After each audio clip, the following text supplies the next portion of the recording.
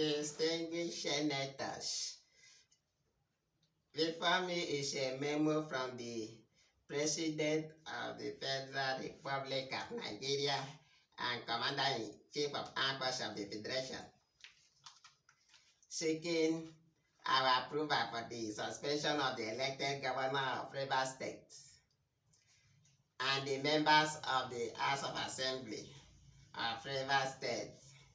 Those in support of the motion say aye. Oh! Those against the motion say nay. Where you go here?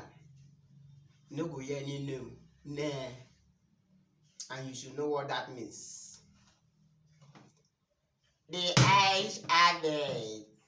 Wow! Issue of national importance and interest. Aye and nay. Issue of non-national importance and interest, ordinary matters. Aye and nay.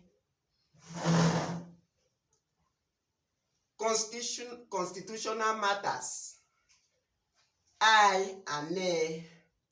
That's why I say those in support of the motion say aye. Those in support of the motion say aye. Those in support of the motion say aye. Those against the motion say nay. Those in support of the motion say aye. Those in support of the motion say aye. Those in support of the motion say aye. Those against the motion say nay. Those in support of the motion say aye. Those in support of the motion say aye. Those in support of the motion say aye. Those against the motion say nay. Issue of national importance and interest, aye. Ordinary matters, aye and nay. Constitutional matters, aye and nay. That's why I say those in support of the motion say aye. Those in support of the motion say nay. Those in support of the motion say aye. Those against the motion say nay. Those in support of the motion say aye. Those against the motion say nay. Those in support of the motion say aye. Those against the motion say nay. Those in support of the motion say aye. Those against the motion say nay. Those in support of the motion say aye. Those against the motion say nay. Those in support of the motion say aye. Those against the motion say nay. Those in support of the motion say aye. Those against the motion say nay. Those in support of the motion say aye. Those against the motion nay. Those in support of the motion say aye. Those in support of the motion say nay. Those in support of the motion say aye. Those against the motion say nay. Those in support of the motion say aye. Those against the motion say nay. Those in support of the motion aye. Those against the motion say nay. Wow! There's no way I can be convinced that 2/3 of the members of the Senate can be measured by voice votes. There's no any argument to substantiate, to support upon which that can be founded by law, by logic, by reason. It cannot be supported. It has no foundation to rest that argument that 2/3 cannot be measured by voice. Wow! In a world where, okay, for instance, let's assume, the Senate are saying, all the members present, there was no dissenting voice. It was all aye. It cannot still be measured unless it is shown when each mouth of the members of the Senate was moving to say that aye. Their mouth must be shown when each of their mouth was moving, saying aye. Because people can just sit there without saying anything. Only two people can say aye, and you will say 2/3 have said aye. It cannot be measured or quantify in that manner, that argument cannot be supported.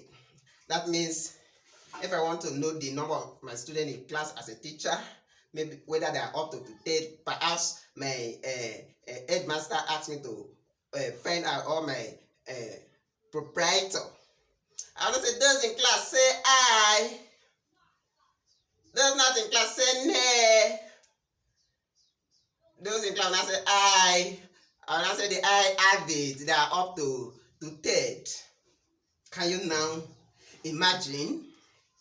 In a world where legislative procedures are being improved, enhanced, boosted, modernized, standardized, boosts to ensure efficiency, effectiveness, transparency, and accountability, we are still adapted to the old and archaic traditional method of I, nay,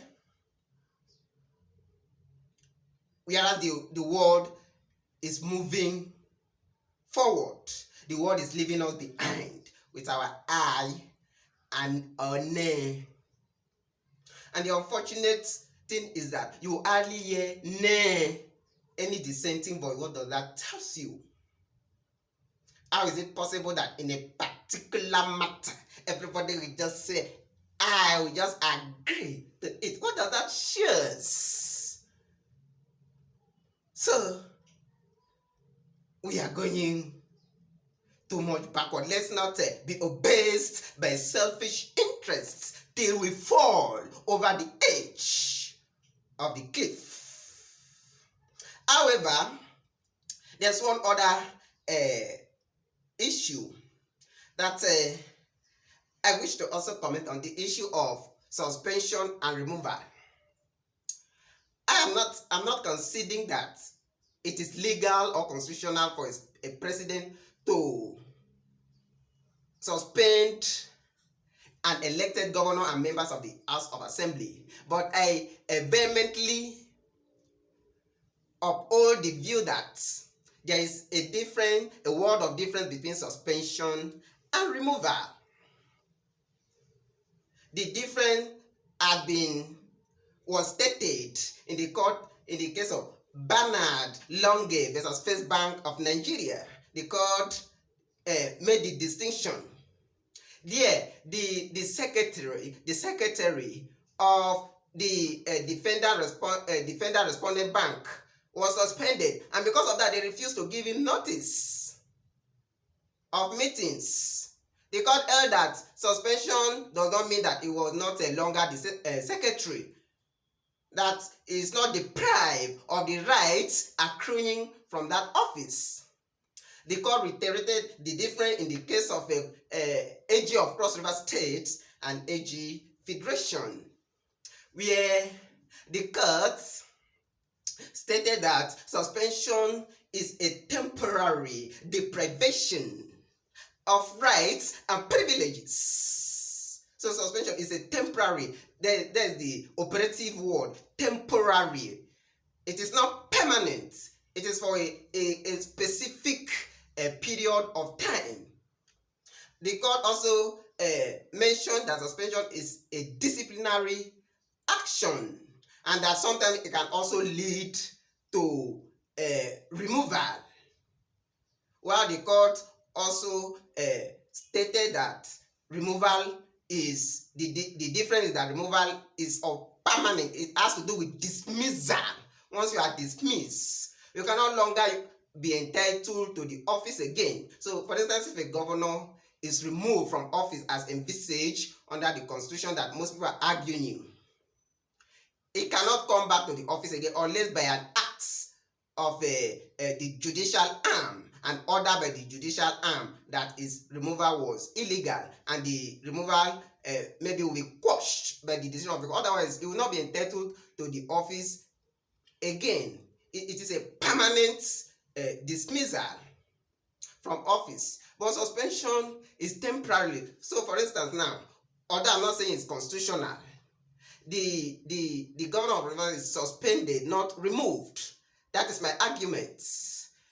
That is why he is entitled to return to assume office again after the lapse of time, of the stipulated time of the suspension. If it is removal, he will not be entitled again.